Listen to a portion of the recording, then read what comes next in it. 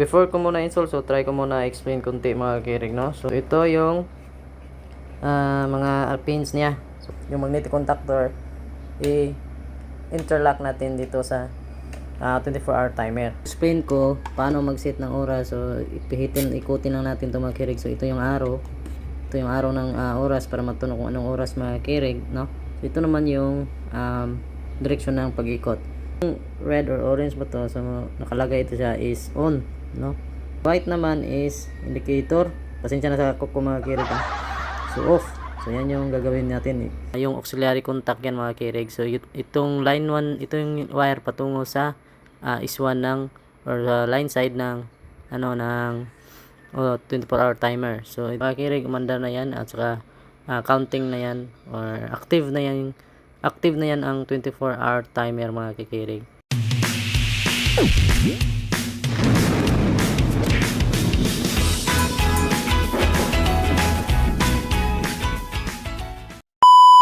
For today's video mga kirig, mag-install tayo ng 24-hour timer mga kirig. So this is not an endorsement sa product na ito mga kirig, no? So ito yung nabili namin, Panasonic na 24-hour timer mga kirig. So install natin ito sa existing na controller namin sa submersible pump sa 7.5 horsepower kasi gusto ng client namin off yung operation during yung hindi na masyadong gumagamit ng tubig, no?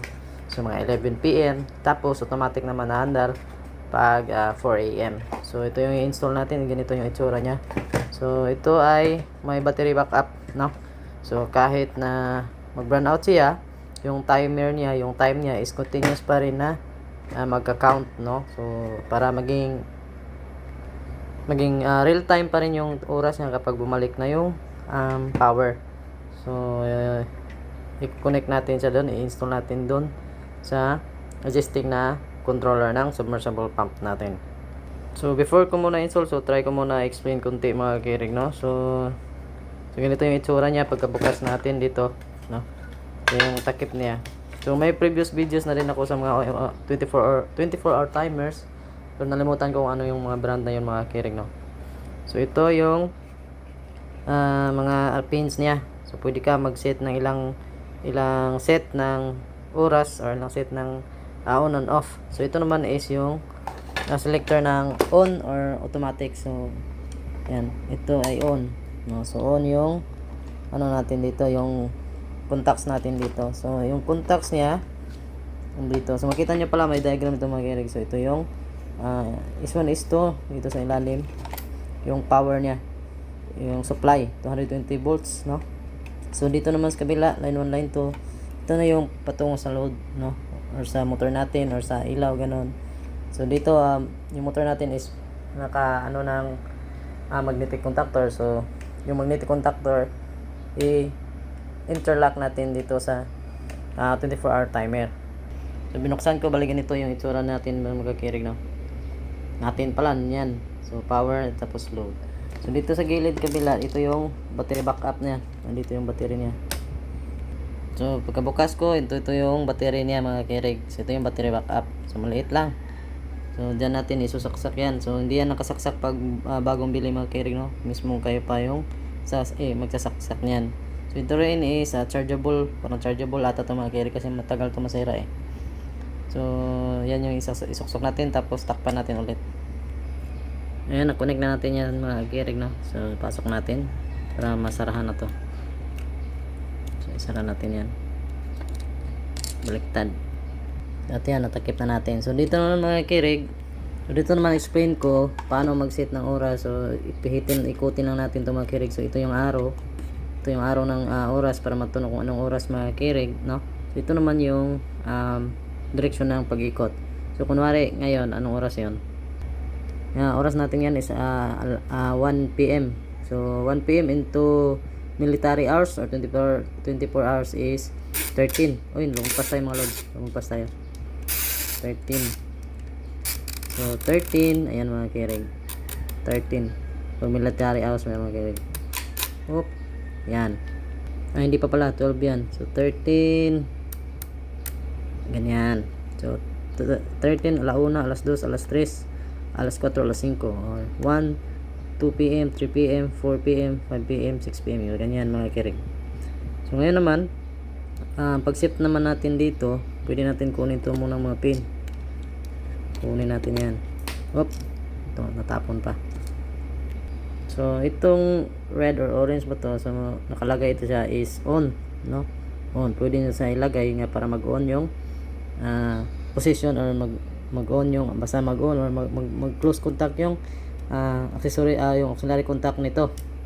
So yung white naman is indicator. Pasensya na sa kuko mga kirig. So off. So yan yung gagawin natin So on, off. So ngayon naman, paano mag-set, no? So gusto natin i-set, so naka-position natin ngayon is naka-on. Naka-on yan mga kirig. Pwede din natin lagay sa ka-off, no? Pwede natin baliktarin. Bali ito pala yung indicator ng ano natin na naka-off or naka-on position yung 24-hour timer natin. So ngayon i-set natin tayo kung set natin kunwari kung off muna. Kung gaya sa amin na 11 PM is mag-off yung pump. So 11 PM is 22, no? So lagay natin yung off or yung white sa 22. So bali dito is naka-off position to, no? Kasi napihit ko ng off. So kunwari naka-on ba yan? Naka-on siya yan. So pagdating ng off position dito sa or yung pin dito, so mag-off yan. So kunwari so ayan, pihit natin. So pag 11 PM naka-off na yung pump natin yan. So sa on naman, kunwari 4 AM in the, sa morning. So lagay natin sa 4 AM. Baliktad. Yan, lagay ko sa 4 AM. So pag umabot ng 4 AM, so mag-on ulit itong 24-hour timer na to natin. So ayan. So vice versa naman kayo. Kung gusto nyo pa magdagdag ng off, kunwari mga 10 AM, mag-off naman yung pump natin. Yan. Tapos mag-on ulit siya sa 7 PM or 8 PM ba yun, itong 18 dito sa 18. So ayan lang mga kirig. So iba rin ito sa yung sa mga Anli at saka Omron, yung pin iba't isa. Sana nag-gets nyo. So dito lang natin lagay yung mga spare natin na key or yung mga pin, no? Kunwari kung magdagdag pa ng oras or point, kung magdagdag pa kung anong oras at mag-on off, so dito lang kukunin. So install natin yan. Install na natin. At ito na yung controller namin na 5 HP. So sa 5 HP ko pala siya i-install, hindi sa 7.5. So dahil puno na sa loob, wala na akong mapaglagyan sa 24-hour timer. So dito ko na lang sa labas nilagay or in-install yung 24 timer. At saka nagdala rin ako ng wire para sa pag-wiring dito sa loob. So ipapasok ko na lang wire dito sa loob. At winiringan ko na mga kirig, no, yung line 1 at saka line 2 ng load at saka load side ng 24-hour timer. So kung napapansin nyo, isang wire lang yung nilagay ko dito sa load side sa line 2, kasi yung is1 at line 2 ay yung auxiliary contact yan mga kirig. So itong line 1, ito yung wire patungo sa is1 ng or line side ng ng 24-hour timer. So ito yung dalawa. So itong wire na to is patungo doon sa magnetic contactor na yan mga kirig. So yan yung auxiliary contacts ng 24-hour timer.